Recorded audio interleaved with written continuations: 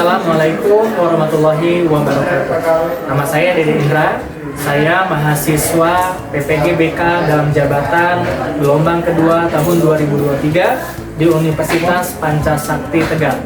Saya mengajar di SMA Daltoni Boarding School Bandung.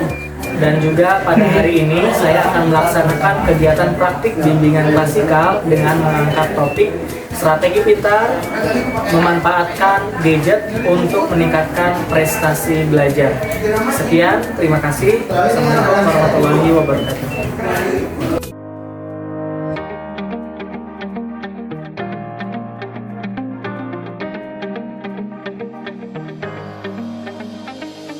SMA Darut Tauhid Boarding School Bandung merupakan sebuah lembaga pendidikan Islam terpadu yang berwawasan lingkungan dengan program belajar 4 tahun.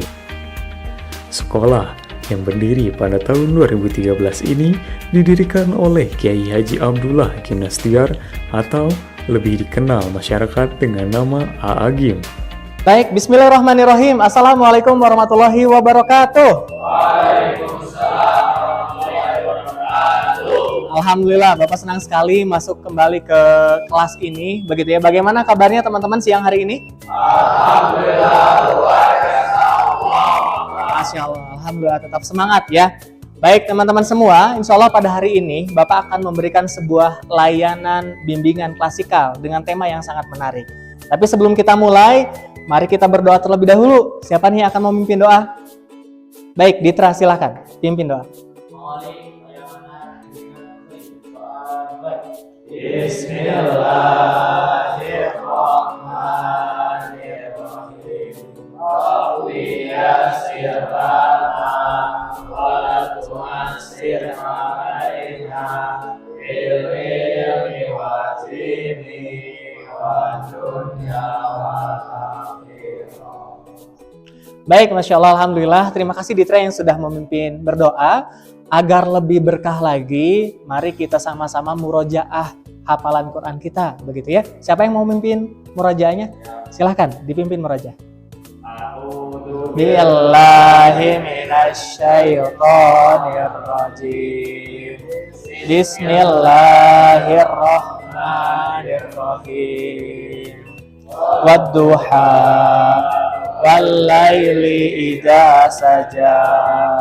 Ma wadda'aka rabbuka wa ma qala walal akhiratu khairun laka minal ula wa sawfa yu'tika rabbuka fatarda alam yajidka yatiman fa'awa wa wajadaka wa wajadaka a'ilan fa'agna wa ammal yatima fala taqhar wa ammas sa'ila fala tanhar wa amma bi ni'mati rabbika fahaddits. Sadaqallahul azim. Masya Allah, Alhamdulillah, Alhamdulillah, semoga Allah yang Maha Baik menjaga kita, melindungi kita, begitu ya teman-teman ya. Baik, Alhamdulillah ini nampaknya sudah lengkap kelasnya, begitu ya. Yang sudah hadir, baik terima kasih nih di kelas X1. Berikutnya teman-teman, agar lebih termotivasi lagi, agar lebih bisa konsentrasi lagi, Bapak akan memberikan sebuah ice breaking. Apakah sudah siap? Ya. Baik, boleh berikan tepuk tangan yang meriah untuk kita semua. Baik, instruksi ice breaking-nya sederhana, gampang sekali ya. Teman-teman tinggal melakukan apa yang Bapak instruksikan. Baik, nama ice breaking ini, nama permainan ini adalah guru berkata. Apa? Guru berkata. Baik, guru berkata, kalau Bapak bilang guru berkata, lakukan instruksinya. Tetapi ketika Bapak tidak mengatakan ada kata guru berkata, teman-teman tidak melakukan instruksinya. Baik, contoh terlebih dahulu ya. Guru berkata, angkat tangan kanannya. Guru berkata, turunkan. Guru berkata, angkat tangan kirinya. Turunkan. Yang menurunkan berarti belum konsentrasi. Paham? Paham ya. Baik, kita mulai ya. Siap ya. Guru berkata, silahkan berdiri. Baik, guru berkata angkat tangan kanan. Ya, dilambai-lambaikan seperti ini. Bagus. Turunkan. Masya Allah, konsentrasinya hebat ya. Guru berkata turunkan. Baik, guru berkata angkat tangan kirinya. Angkat tangan kanannya. Nah, guru berkata angkat tangan kanannya. Tepuk tangan. Kenapa tepuk tangan? Nggak ada guru berkata ya. Guru berkata turun. Baik, guru berkata duduk lagi. Iya, luar biasa. Berikan tepuk tangan yang meriah buat kita. Kenapa tepuk tangan? Teman-teman belum konsentrasi. Tapi hebat ya, luar biasa. Berikan tepuk tangan yang meriah untuk kita semua. Fokus, bagus ya. Permainan guru berkata berakhir. Berikan tepuk tangan yang meriah untuk kita semua. Sempat mau terjebak begitu ya yang kedua kali, tapi ternyata luar biasa gitu. Di yang kedua kalinya teman-teman sudah mulai sangat bagus konsentrasinya. Nah, teman-teman semua, seperti tadi Bapak sampaikan bahwa hari ini Bapak akan menyampaikan materi layanan bimbingan klasikal dengan tema yang sangat menarik begitu. Apa Pak temanya? Temanya tentang literasi digital, erat sekali dengan Gen Z. Konon katanya Gen Z ini lahir di mana eranya sekarang teknologi sedang berkembang. Jadi teman-teman sebetulnya sudah sangat mahir dalam menggunakan gadget gitu. Tinggal bagaimana pemanfaatannya saja. Baik, tujuan dari layanan bimbingan klasikal pada hari ini adalah bagaimana peserta didik mampu menggunakan gadget. Gadget di sini adalah laptop teman-teman, begitu ya, untuk dapat berfungsi secara positif sehingga mampu meningkatkan prestasi belajar. Nah, itu yang akan kita lakukan begitu ya pada hari ini, sehingga laptopnya tidak hanya digunakan untuk hal-hal yang sifatnya kurang produktif. Begitu teman-teman ya.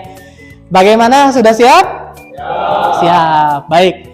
Kalau sudah siap, teman-teman bisa lihat PowerPoint yang sudah Bapak tampilkan begitu ya. Nah, ini ya, judulnya adalah strategi pintar memanfaatkan gadget atau laptop untuk prestasi belajar yang optimal. Begitu. Baik, boleh di next, Kakang? Oke. Nah, baik. Literasi digital. Apa sih maksudnya literasi digital? Literasi digital adalah pengetahuan serta kecakapan penggunaan dalam pemanfaatan media digital seperti alat komunikasi, jaringan internet, dan yang lain-lainnya. Begitu. Baik, boleh. Alhamdulillah.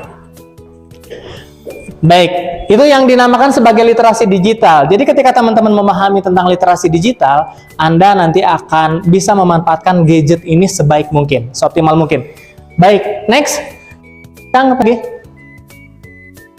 Baik, nah cukup. Ini fakta penggunaan gadget dan internet di Indonesia. Hasil survei teman-teman. Lihat, dari 250 juta sekian penduduk Indonesia, ternyata 195,3 jutanya sudah memiliki akses untuk penggunaan handphone begitu ya, mobile begitu. Berikutnya adalah di sini juga 96,4% begitu ya, penduduk Indonesia sudah menggunakan internet. Artinya internet sudah masuk ke pelosok-pelosok desa begitu ya, bukan hanya di kota saja. Dan juga ternyata 96%-nya menggunakan yang namanya smartphone, HP pintar begitu yang kita miliki. Mungkin sebagainya ada yang juga yang sudah menggunakan iPhone dan lain-lain gitu ya. Dan teman-teman yang lebih mengejutkan bisa dilihat di paling pojok di sebelah sana, ternyata rata-rata masyarakat Indonesia dari usia 16 ya, ini penelitiannya dari usia 16 sampai usia 40 40-an menggunakan gadgetnya rata-rata sehari 5 jam 4 menit. Nah, ini sesuatu yang bisa dibilang lama atau tidak? Lama ya? Iya, bisa dibilang ini sesuatu yang cukup lama begitu. Kenapa? Karena kita menggunakan HP sejam 2 jam saja kalau digunakan untuk hal yang produktif, tentu bisa membuat sebuah karya yang sangat bagus begitu, sangat banyak begitu. Oke, kita lihat lagi fakta berikutnya teman-teman semua. Next lagi Kakak. Oke, baik. Nah, fakta kepemilikan gadget begitu ya. Ini yang memiliki gadget di Indonesia begitu ya, ada 98,3% begitu ya. Smartphone 98,2%. Yang menggunakan laptop teman-teman itu ada 74,7% dari 250 juta begitu. Terus berikutnya yang menggunakan tablet, yang mengakses layanan TV streaming gitu ya, game konsol begitu. Terus smart home dan sebagainya. Artinya Indonesia sudah sangat melek dengan teknologi. Tapi Bapak akan tampilkan apa kiranya yang masih menjadi kekurangan di negara kita. Next lagi Kakak. Oke, pintar. Nah, teman-teman. Tapi karena tadi Bapak bilang bahwa kekurangan dari negara kita, kekurangan dari masyarakat Indonesia adalah masih lemahnya dalam hal literasi digital. Sehingga penggunaan gadget yang sedemikian panjang, 5 jam tadi, ternyata tidak membuahkan hasil yang maksimal dan bisa berbuah atau berdampak terhadap kemajuan negara kita. Teman-teman bisa dilihat, ternyata masyarakat Indonesia rata-rata kena jerat atau kena tipuan hoax begitu ya. Hoax begitu di internet. Ada 8.878 temuan hoax itu yang ada di internet, dan rata-rata masyarakat Indonesia banyak yang memang mereka terjerat atau tertipu begitu ya dengan informasi-informasi palsu yang ada di internet begitu. Artinya kenapa? Kan tadi rendahnya literasi digital mereka begitu. Betul nggak? Ya, menurut hasil survei katanya juga bahwa masyarakat Indonesia juga paling banyak terjerat oleh pinjaman online, pinjol begitu. Jadi ini sangat hati-hati nih ya. Berikutnya teman-teman, bisa dilihat di sini, status literasi digital Indonesia ada di tingkat sedang, begitu ya, dari hasil survei literasi digital nasional, begitu. Ini belum membuat Indonesia bisa mengangkat nama baiknya, begitu, di mata dunia. Kenapa? Karena literasinya saja masih tingkat sedang. Bahkan kalau literasi membaca, teman-teman, kita jauh tertinggal dari negara-negara maju yang lainnya, begitu ya. Berikutnya bisa dilihat, ternyata karena literasi digitalnya rendah, daya saing digital kita tertinggal. Teman-teman lihat, dari 63 negara yang memiliki digital competitive index, kita ada pada urutan 56. Artinya masih urutan akhir gitu ya. Belum bisa masuk ke top ranknya 1 sampai 5, 1 sampai 10 gitu. Kita masih ada pada urutan akhir gitu. Dan yang terakhir teman-teman, bisa dilihat hasil surveinya adalah kesiapan masyarakat dalam menghadapi transformasi digital ini masih perlu ditingkatkan, karena ranking Indonesia ada pada ranking 74 dari 120 negara gitu. Jadi ini nih PR bagi kita generasi muda. Kalau kita tidak memiliki literasi digital yang sangat baik, pada akhirnya kita hanya akan menjadi pengguna, konsumen begitu ya, bukan menjadi orang-orang yang kreatif yang bisa membuahkan hasil karya terbaiknya begitu. Next lagi kan? Baik. Nah, ini ternyata teman-teman yang akan kita bahas pada hari ini begitu ya. Ternyata begitu, dari sekian banyak manfaat yang ada di internet, ternyata juga ada hal-hal negatifnya begitu. Nah, teman-teman, sasaran tembak siswa peserta didik begitu ya, yang tidak paham tentang literasi digital rata-rata akan kecanduan 3 hal pada saat menggunakan gadgetnya. Gitu ya. Gadget bukan hanya smartphone. Tadi Bapak sampaikan gadget itu bagian juga termasuk salah satunya laptop. Kita itu bagian dari gadget ya. Apa saja dampak bahayanya bagi siswa? Siswa yang tidak memiliki literasi digital rata-rata kecanduan pornografi. Pornografi itu bisa berupa foto, bisa berupa video gitu. Video vulgar, video yang memang tidak boleh kita lihat begitu ya, yang mengeluarkan aurat dan sebagainya, bagian masuk ke dalam hal pornografi. Kenapa sih Pak pornografi tidak boleh? Karena pornografi teman-teman, menurut sebuah hasil risetnya itu lebih berbahaya daripada narkoba. Kalau orang kecanduan narkoba hanya merusak satu sistem titik saraf yang ada di otak. Tapi kalau pornografi akan merusak 5 sistem titik saraf kita yang ada di otak. Jadi ibaratkan orang yang lagi nyetir pakai mobil, tabrakan, jedar. Nah, kerusakan otak kita akibat pornografi akan seperti itu. Dampaknya sangat besar. Begitu ya. Kalau kita tidak hati-hati begitu ya dalam penggunaan media digital yang kita lakukan sehari-hari. Dan konten-konten pornografi sekarang sudah banyak, bukan hanya sekedar ada di website-website khusus begitu, tapi juga disisipkan di media sosial, disisipkan di website-website yang mungkin nonton film yang biasa gitu ya, itu juga sudah bisa diakses dengan sangat mudah. Makanya hati-hati sekali teman-teman. Berikutnya adalah kecanduan games online. Rata-rata anak-anak Indonesia yang mengalami kecanduan games online itu seharinya bisa menghabiskan waktu 4-8 jam seharinya. Itu sudah jelas menurut ilmu kesehatan tidak baik, tidak sehat, betul nggak? Tidak sehat untuk kesehatan mata, benar kan? Untuk kesehatan fisik kita, karena lebih banyak menatap layar handphone, maka matanya sedikit demi sedikit akan mengalami kelelahan dan bisa juga mengalami kerusakan, begitu ya. Terus kecanduan media sosial, hati-hati. Di media sosial ini, para produsennya menggunakan sebuah algoritma. Yang sekarang yang lebih berbahaya itu di antara sekian media sosial, ada YouTube, ada Instagram, ada TikTok. Yang paling berbahaya algoritmanya adalah algoritma TikTok.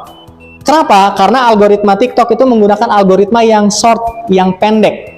Gitu. Sehingga ketika orang mulai mengakses, dia akan kecanduan terus menerus dan jangka waktunya akan sangat panjang, begitu ya. Karena ketika orang sudah suka dengan sebuah tayangan, dengan sebuah video, misalkan TikTok gitu ya, karena TikTok kan pendek, kurang dari 1 menit videonya, orang tuh akan terus scrolling, ternyata tidak sadar itu sudah 2 jam, tidak sadar ternyata ini sudah 3 jam gitu ya. Karena memang yang diincernya adalah keluarnya hormon kebahagiaan. Yang namanya apa? Yang namanya dopamin, pinter. Hormon kebahagiaan dopamin. Hormon kebahagiaan ini kalau keluarnya terlalu banyak bisa membanjiri yang namanya prefrontal cortex. Area otak yang paling depan namanya prefrontal cortex. Jadi disemprot keluar dopaminnya. Dan kalau sering teman-teman mengalami 1, 2, 3 ini akan sering membanjiri prefrontal cortex kita. Apa dampaknya, Pak? Dampaknya bagi anak-anak yang mengalami kecanduan-kecanduan ini tadi ya, mengalami kerusakan otak. Kedua, membuat emosionalnya menjadi lemah, lebih sering marah-marah, uring-uringan tidak jelas begitu, dan dia nggak bisa manajemen waktunya dengan sangat baik gitu. Makanya hati-hati sekali dampak dari bahaya ketika kita tidak memiliki kemampuan literasi digital kita dengan baik, begitu ya. Next, kakak. Dulu. Baik, ini dampak positifnya juga ada begitu ya, memperkuat komunikasi kita gitu. Misalkan saudara kita, keluarga kita ada di luar gitu ya, ternyata dengan adanya gadget ini bisa kita dengan sangat mudah bersilaturahmi ya, menggunakan aplikasi video call gitu ya, voice call dan sebagainya, itu bisa dikembangkan. Terus juga menjalin persahabatan lebih luas. Teman-teman sekarang posisinya ada di Indonesia. Ketika ingin berkawan dengan orang-orang yang ada di Rusia, di Palestina gitu ya, teman-teman tinggal buka sebuah layanan media sosial, teman-teman bisa berinteraksi begitu ya dengan mereka gitu tanpa mengenal jarak dan waktu. Dan juga teman-teman menjadi lebih kreatif dengan teknologi. Banyak sekarang pemuda-pemuda di Indonesia mengembangkan sebuah AI gitu.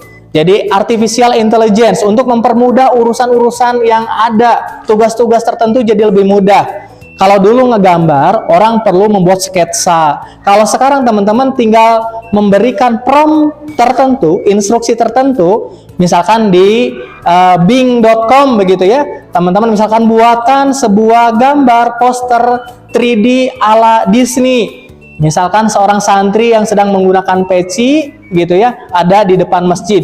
Itu langsung tampil tuh teman-teman.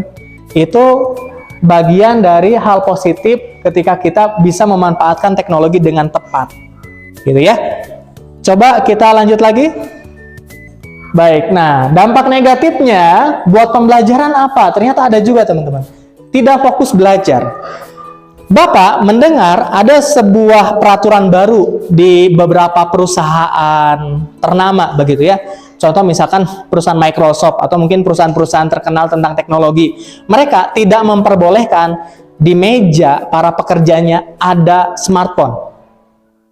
Tidak diperbolehkan ada smartphone. Jadi mereka simpan smartphone-nya atau dimatikan selama bekerja. Kenapa? Karena dampaknya hebat sekali. ketika seseorang sudah dikit-dikit megang handphone. Kenapa? Ada notifikasi. Dan notifikasi itu yang membuat kita biasanya cenderung ingin lebih tahu, begitu ya.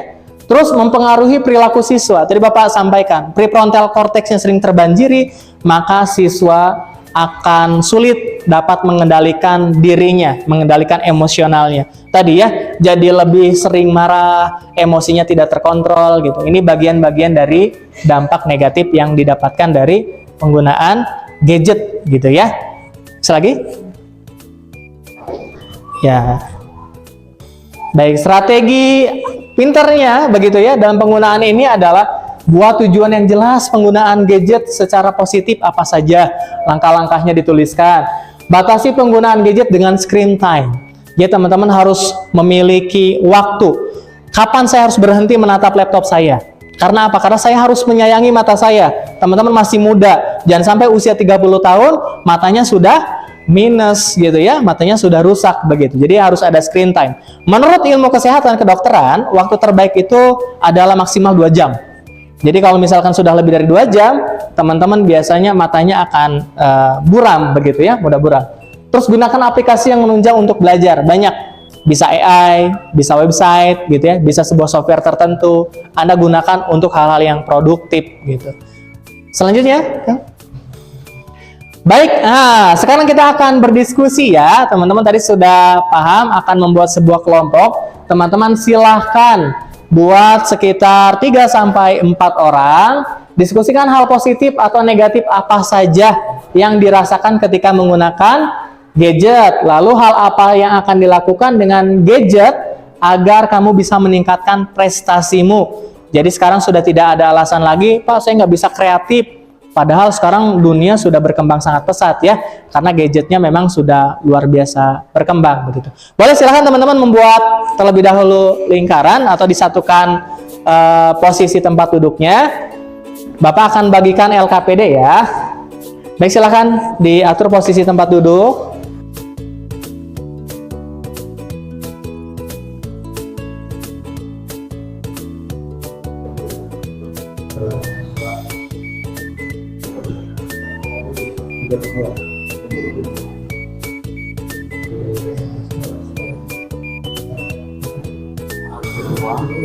Berdiskusi, jadi nanti kelompok 1 silakan untuk mempresentasikan terlebih dahulu di bawah LKPD-nya. Nanti teman-teman tolong tanggapi ya kalau ada yang mau ditanyakan, nanti jawab oleh kelompok 1 begitu. Jadi tolong ditanggapi juga. Siap? Yuk.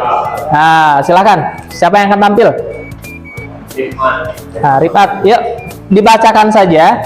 Nanti teman-teman perhatikan dan tolong dikritisi, ditanyakan kalau ada yang memang belum jelas. Rifat di sebelah sini.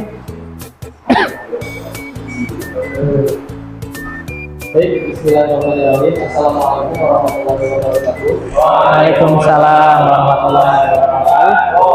Sebelumnya ingin memperkenalkan diri, saya Rifat Rasmi dari kelompok 1 perwakilan mewakili teman-teman saya Fadil dan Hasan. Saya di sini akan membacakan hasil diskusi saya mengenai bimbingan klasikal strategi pintar pemanfaatan gadget atau yang sedikit tergunakan di laptop untuk prestasi belajar optimal. Di sini ada dampak positif penggunaan gadget dalam pembelajaran. Dampak positifnya dalam mendapatkan kreativitas dalam teknologi, contohnya foto digital. Yang kedua, mengetahui informasi terbaru tentang masa kini melalui sosial media. Dan yang terakhir, melatih juga entrepreneurship pada siswa dalam bersosialisasi di masyarakat melalui internet. Dan ada dampak negatifnya penggunaan gadget dalam pembelajaran. Yang pertama, mengganggu fokus dalam belajar, mempengaruhi perilaku siswa, sulit bersosialisasi dengan orang terdekat atau orang luar, dan lebih mementingkan urusan pribadi daripada bersosialisasi. Dan cara agar optimal dalam penggunaan gadget dalam meningkatkan prestasi belajar, yang pertama adalah mencari informasi yang berkaitan dengan pembelajaran sehingga dapat membantu kita untuk lebih mematangkan dalam pembelajaran kita dalam. Yang kedua, melatih soft skill melalui website-website yang tersedia. Dan yang terakhir, mengikuti perlombaan yang disediakan atau yang diselenggarakan di internet, contohnya pada website Paperon dan website Jepang. Mungkin cukup sekian pemaparan hasil diskusi dari kelompok 1. Kurang lebihnya mohon maaf. Wassalamualaikum warahmatullahi wabarakatuh. Waalaikumsalam warahmatullahi wabarakatuh. Boleh berikan tepuk tangan teman-teman. Baik, silahkan ditanggapi kelompok 3. Ada yang mau menanggapi? Atau pertanyaan buat kelompok 1? Oh, boleh. Mau tanya, silahkan tanggapi. Saya ingin bertanya, bagaimana tadi kan disebutkan cara entrepreneurship di media sosial gitu. Caranya bagaimana? Menggunakan website atau bagaimana?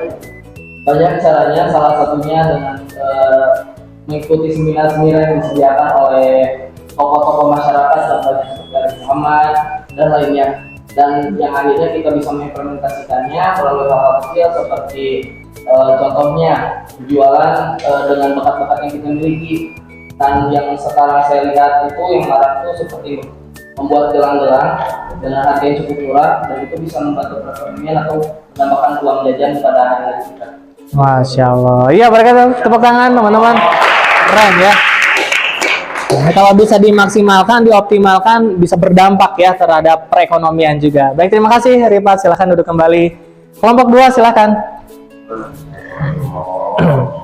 Boleh.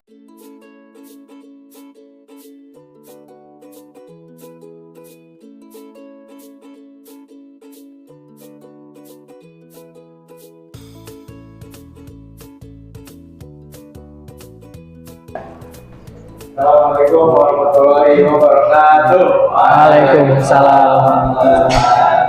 Saya perwakilan dari kelompok 3 yang beranggotakan saya sendiri Muhammad Kamari, Citra Puji Nurul Hakim, Mirza Hanifah dan Maulana. Dirinya saya di sini izin untuk memaparkan apa yang telah didiskusikan oleh kelompok 3. Yang pertama, dampak positif penggunaan gadget dalam pembelajaran. Yang pertama, komunikasi jadi mudah. Yang kedua, mencari informasi jadi lebih cepat. Hasil diskusi yang kedua, agar dapat meningkatkan posisi belajar, saya akan menggunakan gadget untuk belajar untuk menambah wawasan. Yang kedua, menambah ilmu pengetahuan. Yang ketiga, agar jangkauan ilmu yang didapat lebih luas dalam menggunakan internet. Dan adapun dampak negatif dari penggunaan internet dalam pembelajaran, banyak penawaran akses game dan media sosial yang akan memecah fokus siswa dalam mengikuti pembelajaran. Yang kedua, mengganggu perkembangan anak. Mungkin sekian yang bisa saya sampaikan.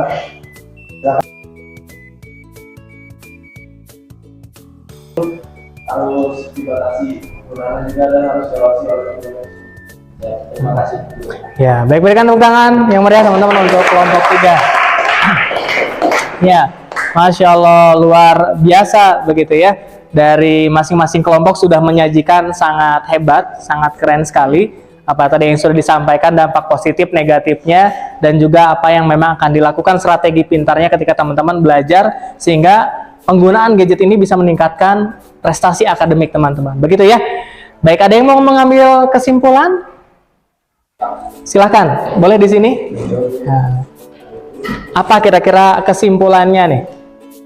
Bismillahirrahmanirrahim. Assalamualaikum warahmatullahi wabarakatuh. Waalaikumsalam. Baik, jadi kesimpulan pada hari ini adalah zaman ini adalah perkembangan teknologi sangat pesat dan jadi kalau kita salah menggunakannya berarti kita juga akan salah jalan dan salah impian gitu. Dan jika benar, insya Allah akan benar impian dan benar jalannya juga. Baik. Iya, makasih, Masya Allah, luar biasa. Keren ya teman-teman ya. Baik teman-teman semua, di samping banyaknya juga hal-hal yang positif, juga teman-teman harus hati-hati ya dengan penggunaan itu. Makanya teman-teman terus belajar tentang literasi digital. Karena di sekitaran kita itu banyak yang mengawasi, terutama tadi produsen-produsen pornografi, begitu ya, ingin menghancurkan sebuah peradaban, begitu ya, akhlak dan sebagainya. Mereka mengincar kita yang memang lengah dengan hal-hal tersebut, begitu. Makanya teman-teman perkuat imunitasnya dengan apa? Sebelum teman-teman melakukan atau melihat media sosial, menggunakan internet, ada baiknya teman-teman ambil air ambil air wudhu. Dan ini yang paling penting nih teman-teman, sebelum menggunakan media sosial, Bapak sarankan ada baiknya teman-teman untuk baca Quran 1 lembar dulu, ya, untuk mengundang pertolongannya Allah. Karena kita tidak bisa, maksudnya tiba-tiba nanti ada apa yang muncul notifikasinya, ada yang muncul di beranda kita ketika kita sudah minta pertolongan sama Allah. Mudah-mudahan kita diselamatkan ya. Tiba-tiba internetnya nge-lag gitu kan ya, tiba-tiba misalkan gambarnya jadi buram begitu. Itu bagian dari pertolongan Allah yang sudah diberikan untuk bisa membentengi kita begitu ya dari virus-virus yang ada di dunia digital begitu ya. Baik teman-teman, alhamdulillah untuk mengakhiri kegiatan ini, Bapak sudah menuliskan refleksinya. Silahkan buka laptop, buka aja laptopnya dulu. Teman-teman silahkan mengisi begitu ya, mengisi refleksinya, mengisi evaluasinya yang sudah Bapak tampilkan. Baik, silahkan diisi dulu, kurang lebih 2 menitan ya teman-teman. Sudah ya, nanti bisa dilanjutkan lagi. Boleh fokus lagi ke Bapak ke sini. Baik, terima kasih yang sudah mengisi refleksi hasilnya. Mudah-mudahan apa yang teman-teman lakukan hari ini dapat bermanfaat. Dapat bermanfaat teman-teman? Bermanfaat ya, insya Allah ya. Dan juga bisa meningkatkan literasi digitalnya. Begitu. Baik, kita tutup pertemuan ini dengan membacakan hamdalah. Istighfar. Astagfirullah.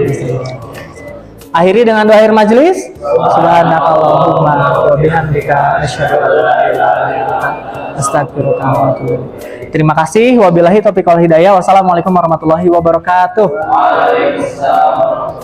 Berikan tepuk tangan yang meriah untuk kita semua.